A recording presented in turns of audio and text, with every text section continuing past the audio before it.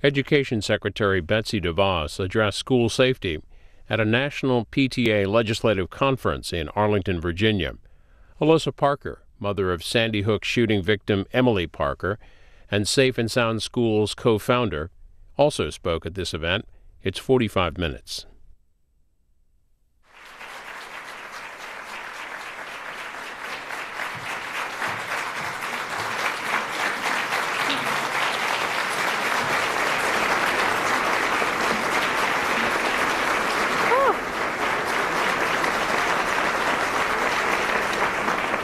You're gonna get me emotional before I even start.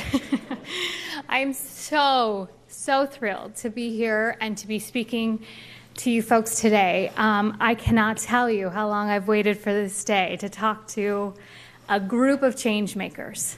And it is such an honor, and I'm so thankful to be here, and I'm grateful for the opportunity, and I'm thankful for Navigate Prepared for helping make this possible. You know, I wanted to start off on that day, December 14th, 2012, an interaction that I had with my daughter, Emilie, that you see here. So Emilie, 6 years old, the oldest of our three daughters. That morning, my husband was off to work, and I was down in Emilie's room helping her get ready for school. And she came out of her closet, and she was, doing this fashion show for me and showing me all the different things she wanted to wear that day. And I remember when she was done, she came out and said, "Mom, I have the most amazing thing I want to show you."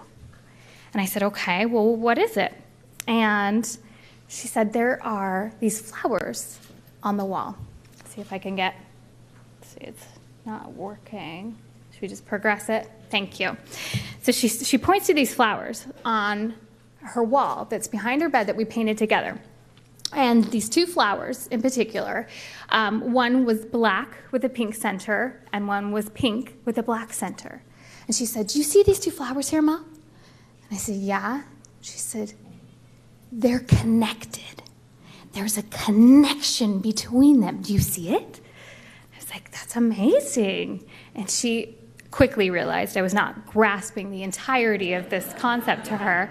And she says, "No, Mom, connections are everywhere. And you just have to find them. They're all over the place. Everything's connected." So I smiled and, gave her a cute little hug and kiss and sent her to the bus stop and off to school that day.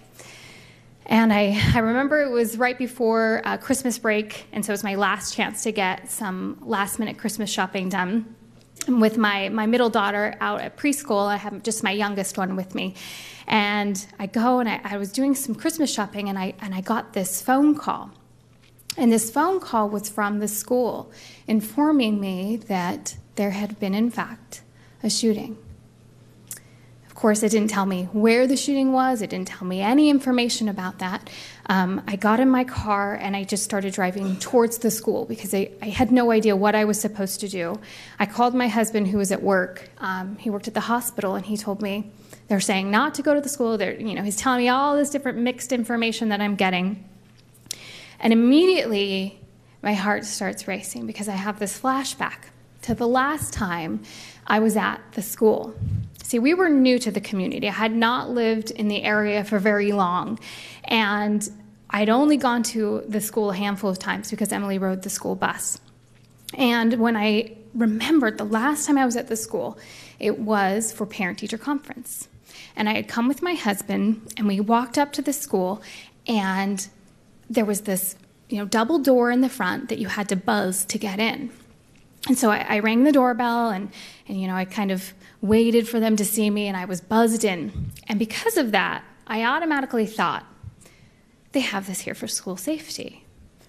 And I started thinking of all the different ways I could overcome this security measure, just in my head. I'm thinking, I could, do this and this to get past them and to fool them. And then when I got into the school, I noted that there was this huge empty lobby with access to the hallways where the students were. And I remember thinking about that. So if I got through this door and I wanted to do something, I'd have full reign on the classrooms. And then I turned the corner and saw my daughter's classroom right there, right in front.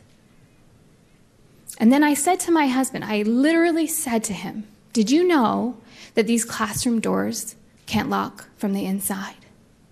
So if someone came here and wanted to do something to the school, the teachers would have to come out into the hallway in order to lock the doors.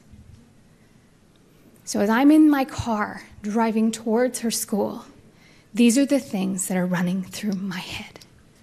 I know where she's located. I know what I saw. And I never spoke up. I never told anyone what my concerns were. And when I got to the school, it was utter chaos. There were cars everywhere. I don't know if we can. And what I had never seen before was cars piled up in neighbors' yards trying to find a place to park. This was just a neighborhood road. And there was a firehouse located at the corner of the driveway to Sandy Hook where the school is kind of tucked away. You can't even see it from the road. And so I drove down a few blocks and I parked, and I brought my two little girls. At this point, I had picked up my other daughter from preschool and started towards the firehouse. So when I got to the firehouse, it was never intended to be what it was. It was supposed to be this temporary location that the kids could be evacuated to in case there was an emergency, but this became like the headquarters for everything. There were people running every single which way, and I remember looking and scanning for my daughter, just trying to find her. At this point, my phone is just ringing off the hook from family members saying, is she okay? Is she okay? And I look and I see no one that I know because I don't know hardly anyone in my school. Finally, this sweet teacher makes eye contact with me and comes up, and she asks, who am I looking for? What is my child's teacher's name? So I tell her, and she says, we evacuated those classrooms first. So what we're doing is having everyone go to the back of the firehouse to await more news. So I take my kids and I go in the back of this firehouse, this conference room. I'm like one of the first people there. And I remember just waiting for this, activity to happen where kids are coming in, parents are coming in, we hug and kiss and then leave and then more come in. But instead, this room just completely filled. And then as time went on and no more people were entering in and started to set in that, something was off. There was no kids being brought to us. We just waited. 5.5 hours later, we were finally told that our children were gone, that 6 educators and 20 children were killed. And in this moment of just realizing what has just happened, that my life is completely flipped upside down, I remember leaving the firehouse from the very back. And keep in mind, I have not left this building all day. And as I left and I came around, I was met with wall-to-wall photographers taking my picture. And it was just this moment of violation and just feeling angry. This is my moment. My daughter just died. Can you give me a moment? And I was so grateful these sweet firefighters came over and started pushing people away. And I remember the next days following the shooting, just wrapping my head around what just happened. And we were privy to a lot of information about the shooting and what happened at the school as we would attend these police briefings.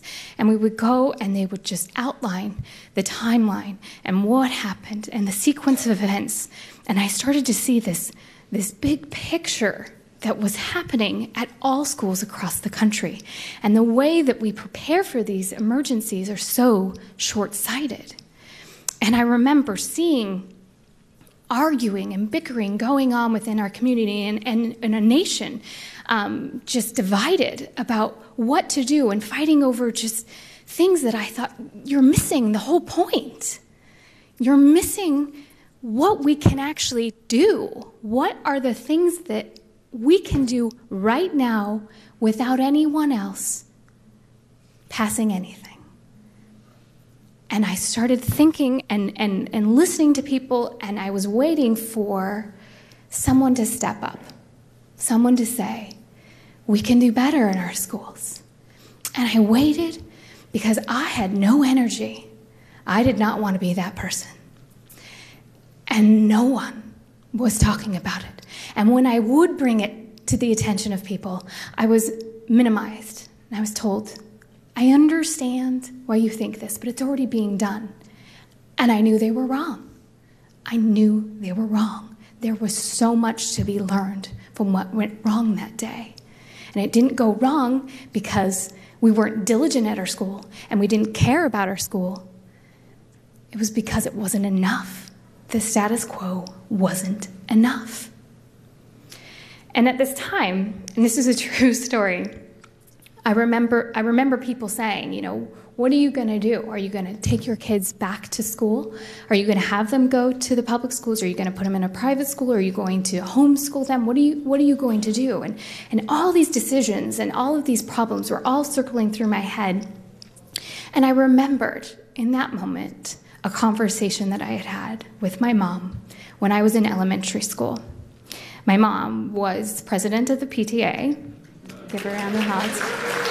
And she was incredibly busy. I remember her presence always at my school, running around, helping, doing projects, and it was so overwhelming. And I remember seeing her be so busy and involved and thinking, why are you doing this? You're a volunteer. And I asked her, I said, what is it that you're doing? Why do you do this if it's so difficult and there's so much work to be done? And I will never forget her response. She said to me, I believe in the public schools, and I believe that I need to be a part of the change.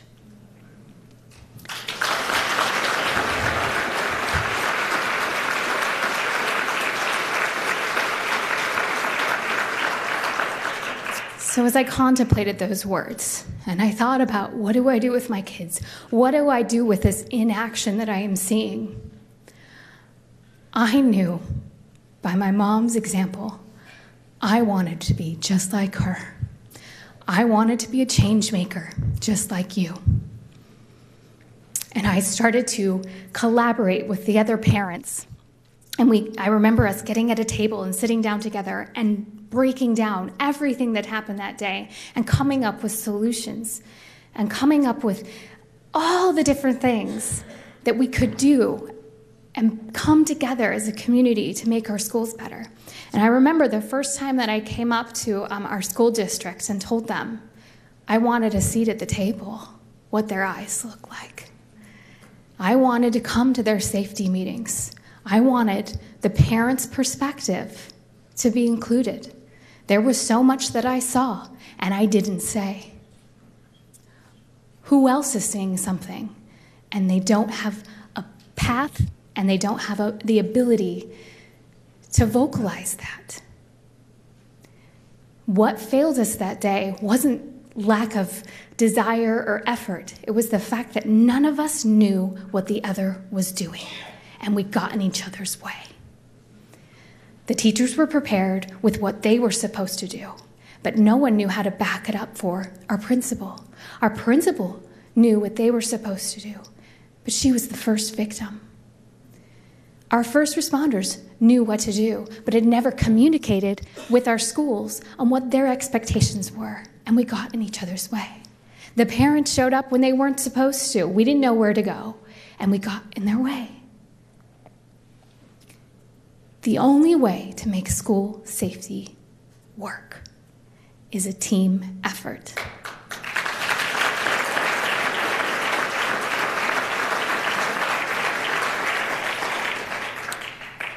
And so as I learned more about school safety, and I decided, I don't hear anyone else talking about it, so I can't silence my voice anymore.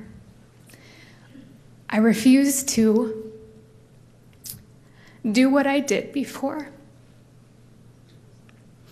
I wanted a seat at not only my school's table, but I wanted other parents and other educators and other first responders to realize the importance of having a seat at a school safety meeting.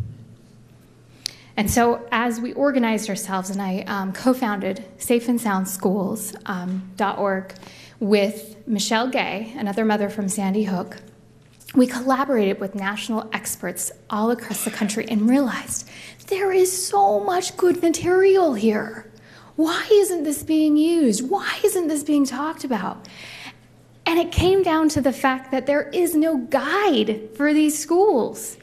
They are coming at this blind. There's no one telling them, you got to make sure you're covering this kind of safety, this kind of safety. It's through trial and error. It's like pulling out the puzzle pieces you don't even know exist to your puzzle and trying to put it together. It's impossible.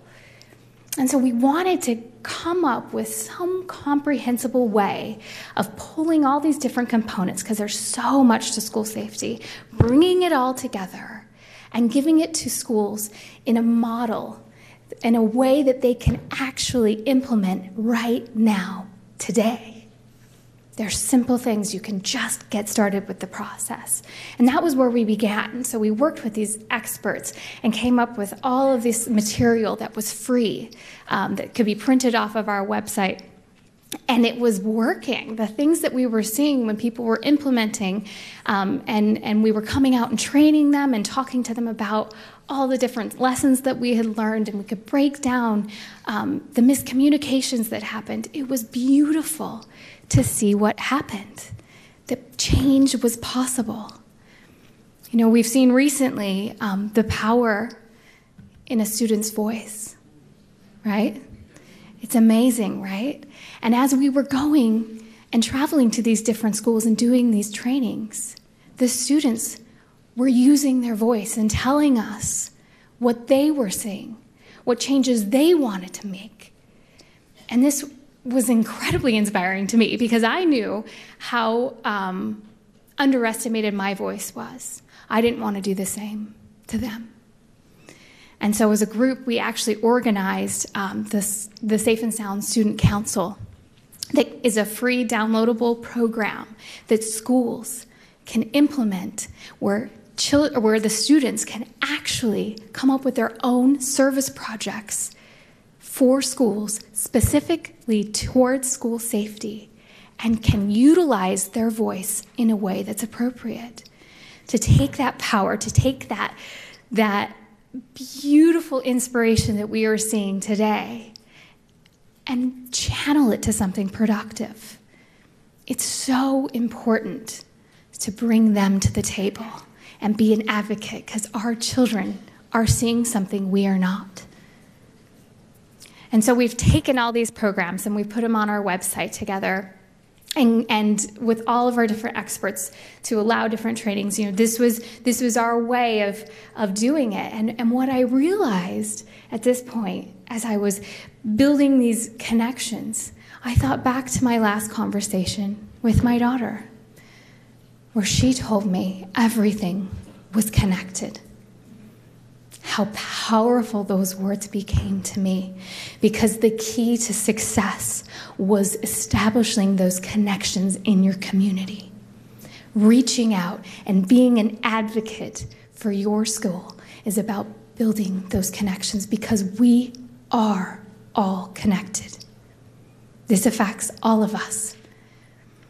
And so as things have progressed, and over the last 5 years, as I've been able to see so many schools adopt these concepts and bring everyone to the table, and I've seen so much change, there's still so much that can be done.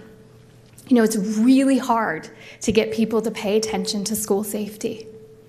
They want to talk about the more controversial, sexier items on the news. It's hard to get people to talk about the hard work that it takes, the hustle from each and every one of us to actually make this work. And so we've tried as hard as we can to get people to say, hey, pay attention.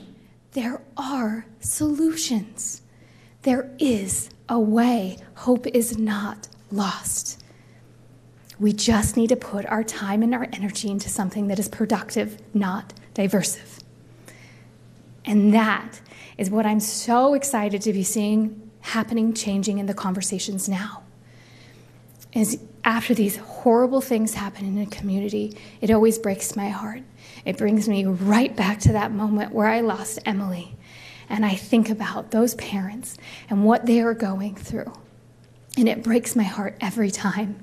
And I get this renewed conviction to ensure that this does not happen in your community to your child.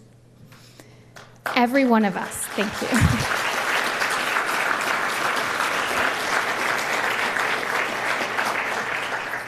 Every one of us has a role to play, and that includes our legislators. And I know that while you're here, there's a lot of work that you're going to be doing. And for example, this STOP legislation, the Stop School Violence Act, is one that we have actually been in the works of helping develop with the Secure School Alliance, and we are so proud of this legislation, and this is legislation that the PTA also has endorsed. And we've endorsed it, the PTA's endorsed it, and I recently just saw that the White House even is endorsing it. There's so many people's voices coming together and finally focusing on ways that we can productively do this together without fighting, without arguing about who is right and who is wrong. It's about doing what is right. So I want to extend the invitation to you, the change makers, that as you are speaking in the next couple days to those that we are trying to bring to the table, those we are trying to build connections to stress to them the importance of why we do this work, and that it is possible when we invest and put the work into it. We're willing to do the work. I know you're willing to do the work. We've proven that by what we do. And we can use all the help we can. And that's why the next couple of days are so important. And I'm so honored to speak to you about this, and I challenge each and every one of you to challenge them, to encourage them to be the change makers, and to ensure that this doesn't happen anymore. Thank you so much.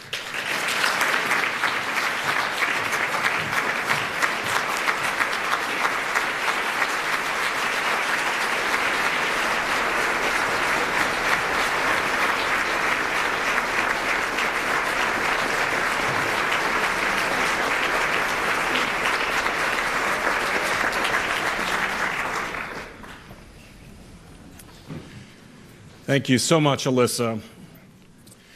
To Alissa Parker, the change maker, and to all the change makers in this room today, for your passion and commitment to ensuring every school in our country is safe and sound. Your words today have truly inspired us in our advocacy efforts. We'd like to stay in touch and continue this conversation about making our school communities safe for every student. This afternoon, we're honored to have Secretary of State Betsy DeVos here with us. Oh my God. Okay, that's what I get for reading the actual script. Okay, that's I'm glad that's picked up. Thank you. So Betsy, and today I guess that's an appropriate job. Okay, this afternoon we're honored to have Secretary of Education, Betsy DeVos. There's an oops for you, right? Wow. She was just with us in January when we were in the Department of Education for our Students' Art Showcase to celebrate our Amazing Reflections winners. Note to self, we should make sure we catch all the typos going forward. This is such an important time in our country, and National PTA remains steadfast to our long-lasting tradition and commitment of being a nonpartisan association that works collaboratively with the Department of Education and advocates to improve the education, health, and well-being of all children. We are pleased to have the opportunity to engage with Secretary of Education DeVos, and the administration to hear from her today. Please join me in giving Secretary Betsy DeVos a warm welcome to LegCon.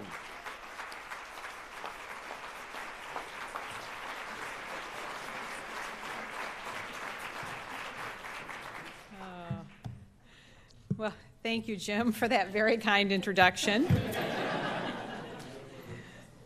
It is really great to be with you all today, and I want to thank Jim for his leadership of this fine organization, and I really appreciate the opportunity to be with you all and to get the chance to get out of the department for a minute.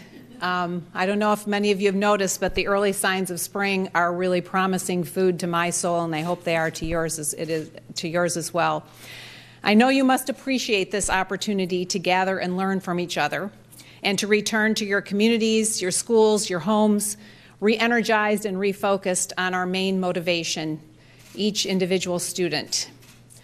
Our commitment to every student's success is one we must renew every day, but we first must ensure our children are safe at school. We just heard Alissa's heartbreaking and heart-wrenching story. Thank you for sharing, Alissa, and thank you for what you're doing. I want to commend you for your courage and also for your action. The work you're doing through Safe and Sound Schools is making a real impact by highlighting and sharing concrete and easy-to-implement ideas on how to make schools more secure. Thank you, Alissa, for helping bring something good out of something so evil.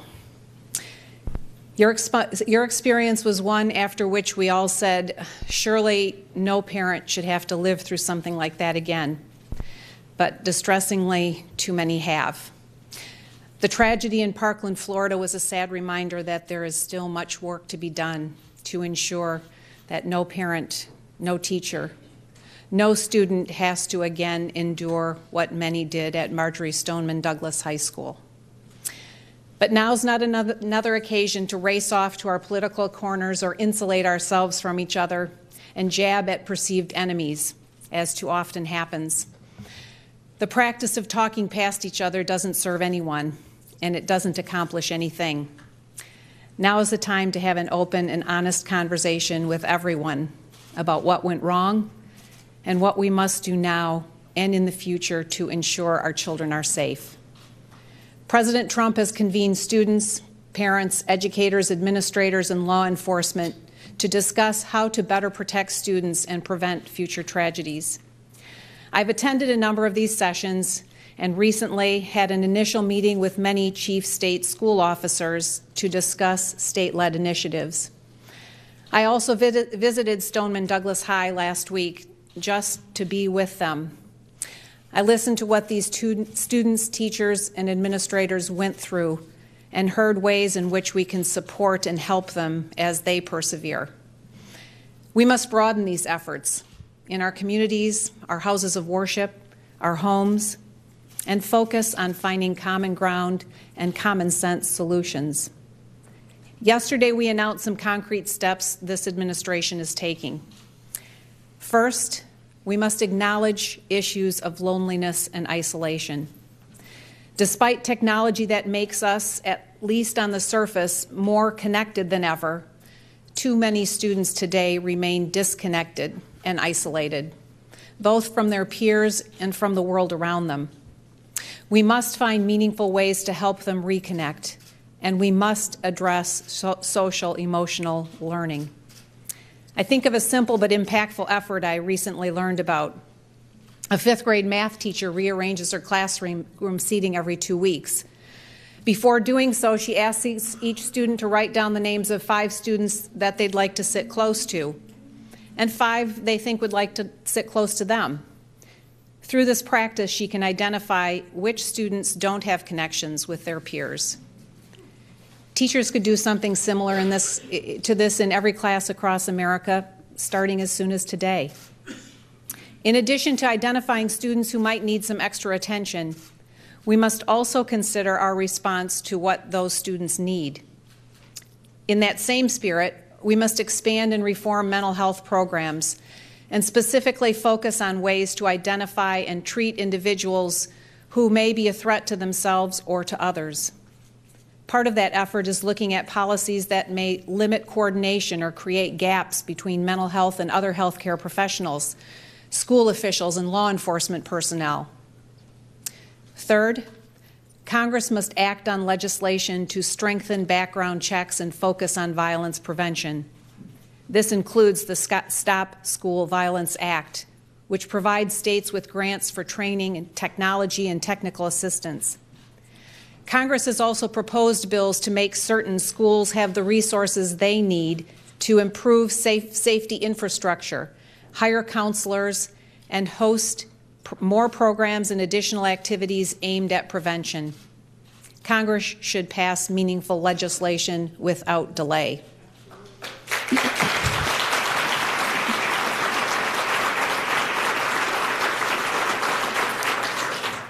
We are also calling on every state to adopt extreme risk protection orders, which allow law enforcement to stop individuals who are a demonstrated threat from purchasing guns and to seize firearms currently in their possession. Fourth, we must improve the physical security at our schools. This includes assisting states to train specially qualified school personnel on a voluntary basis. These highly specialized courses prepare school staff to respond to incidents. Programs like this exist in a number of states, including Florida, Texas, and Ohio. Additionally, we will support the transition of military veterans and retired law enforcement, folks who already know how to respond in a dangerous situation, into new careers in education. Finally, I will lead a federal commission on school safety, which will focus on identifying solutions and best practices to assist states and communities in their efforts to prevent school violence. That includes an in-depth inventory of what states are already doing that may be applicable in other states and communities. For instance, in my home state of Michigan, Attorney General Bill Schuette created an app monitored 24/7 by state police for students to provide anonymous tips. This was modeled after something Colorado developed in the wake of the Columbine tragedy. The Commission will tap into the knowledge of educators, parents, mental health professionals, and law enforcement to hear their ideas and learn from their experiences. I might say we will also tap into those students' experiences and perspectives as well. And I hope all of you will bring forward ideas that are working in your own communities so that we can amplify them across the nation. You can do this as soon as today. Send us your thoughts at safety@ed.gov. That's safety@ed.gov. There is no one-size-fits-all approach for every state or for every community, and there will be varying solutions. That's why your insight is necessary as we work to uphold our commitment to students, that adults will keep them safe as they pursue their learning at school.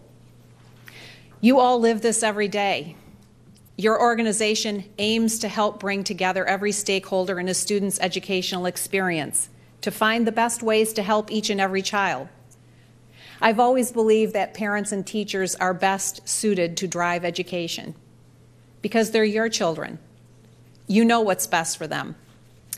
Parents have the greatest stake in the outcome of their child's education. Accordingly, they should also have the greatest power to make sure their child is getting the best education. Equal access to a quality education should be a right for every American. And every parent should have the right to choose how and where their child is educated. Parents need to know and have the right to know what is and is not working about their children's schools. Some parents want to be equipped with information to make a different choice for their child, and others want to know where their child's current school needs to get better. The Every Student Succeeds Act, or ESSA, encourages states to be transparent to parents and taxpayers alike. Parents need information that is accessible, relevant, and actionable. That information is power to help improve a child's school. You also deserve the power to decide what's best for your child. I'm pleased we've been able to put an end to some of the Washington mandates that have prevented that in the past. But teachers still need more flexibility to do what's best for their students. Because the federal first top-down approach distorts what education ought to be: a trusting relationship between teacher, parent, and student. Ideally, parent and teacher work together to help prepare a child for a fulfilling life and for successful careers. Our children deserve learning environments that are agile, relevant, and exciting. Every student deserves a customized, self-paced, and challenging lifelong journey. Unfortunately, too much in education is built around industrial-era thinking and needs. Everything about our lives has moved beyond that era, but American education largely has not. To be sure, there are many educators who are doing great work to bring their methods and learning environments into the 21st century. And we need many more of them, many, many more. Why? Well, the most recent Program for International Student Assessment report has the U.S. ranked 23rd in reading, 25th in science, and 40th in math. That's middle of the pack, average. We should never be satisfied with average. I couldn't help observe that after finishing fourth in the recent Pyeongchang Olympic Games, the U.S. Olympic Committee called for action and reform. If fourth demands action, 40th demands an education rethink.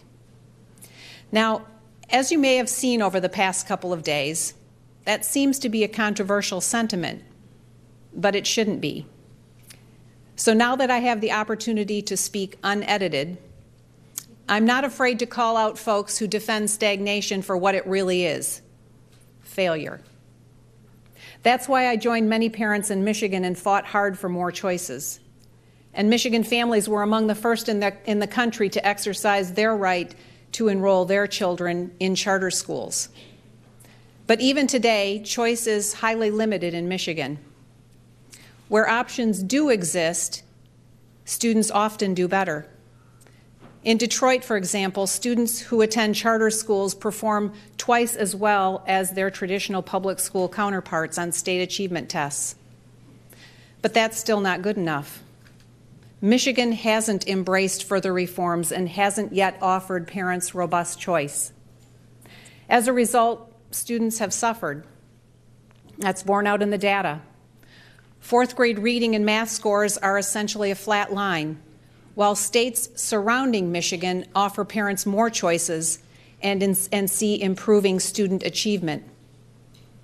Of course, there are some who say that choice takes money away from school buildings, from school systems, but money doesn't belong to buildings or systems. Taxpayer money belongs to you, your money for your children. So we should be clear on what school choice really means. Choice in education is not when a student picks a different classroom in this building or that building, or uses this voucher or that tax credit scholarship. Choice in education is bigger than that. Those are just mechanisms. It's really about freedom. Freedom to learn differently, freedom to explore, freedom to fail, to learn from falling and get back up and try again. It's freedom to find the best way to learn and grow, to find the exciting and engaging combination that unlocks individual potential. We must always encourage a culture of creativity and innovation in education. We must always challenge ourselves to do better in the same way we should always challenge our students to do better. So why don't we consider trying something different? Why don't we pursue a paradigm shift, a fundamental reorientation, that rethink I mentioned? Rethink means we question everything to ensure nothing limits a student from pursuing his or her passion and achieving his or her potential, so that each student is prepared at every turn for what comes next. Question everything at every school in support of every student's success. Let's ask the questions that often get labeled as non-negotiable, or maybe just don't get asked at all. Why do we group students by age? Why do schools close for the summer? Why must the school day start with the rise of the sun? Why are schools assigned by your address? Why do students have to go to a school building in the first place? Why is choice available to those only to those who can buy their way out or buy their way in? Why can't a student learn at his or her own pace? Why isn't technology more widely embraced in schools? Why do we limit what a student can learn based upon the faculty and facilities available? We must answer these questions and more. And I encourage you to go back to your next PTA meeting with these questions in hand. Spark the important conversations that need to happen in your own communities. What students really need won't originate in Washington, D.C. It will come from people in this room. It will come from those closest to the students. And it may well come from the students themselves. I don't trust Washington or those who blindly defend the status quo. I trust parents and teachers, and I believe in students. We must do better for them. We must do better for our teachers, for our parents, for our students, for our country. Thank you. God bless you all. And God bless our future, America's students.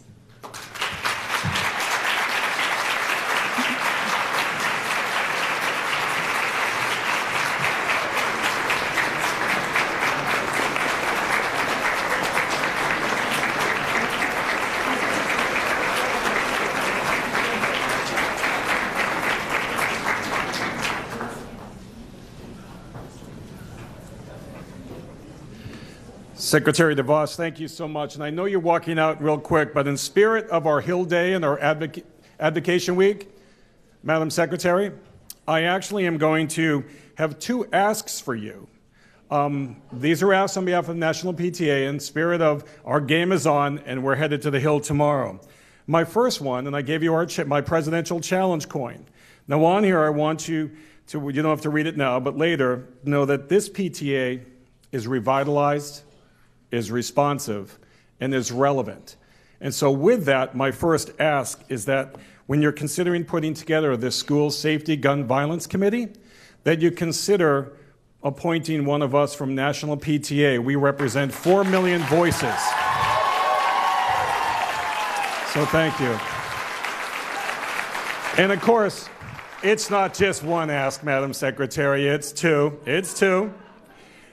So the first week of the administration, I was so excited. I was president-elect at the time, and I saw that the president had the parents and the teachers at the White House. I quickly called our executive director, who unfortunately answered the phone. I quickly called our president, who was in Washington State, and I go, how could that be? Parents and teachers, 121 years strong, not at the White House. Madam Secretary, we are 4 million voices strong. We are also members strong. We have been doing this for 121 years.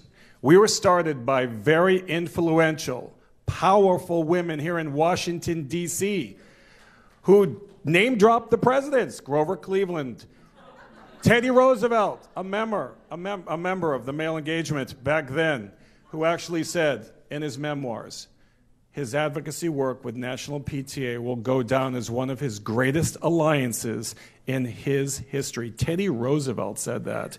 So lastly, as you gather parents in the administration at the White House, anything to do with parents, teachers, children, school safety, as you gather those same folks at the Department of Education, we ask that you look towards National PTA, please, Madam Secretary, because for every child, there is one voice, and that one voice is the National PTA. Thank you. Thank you, Betsy. Thank you so much. Very appreciate it.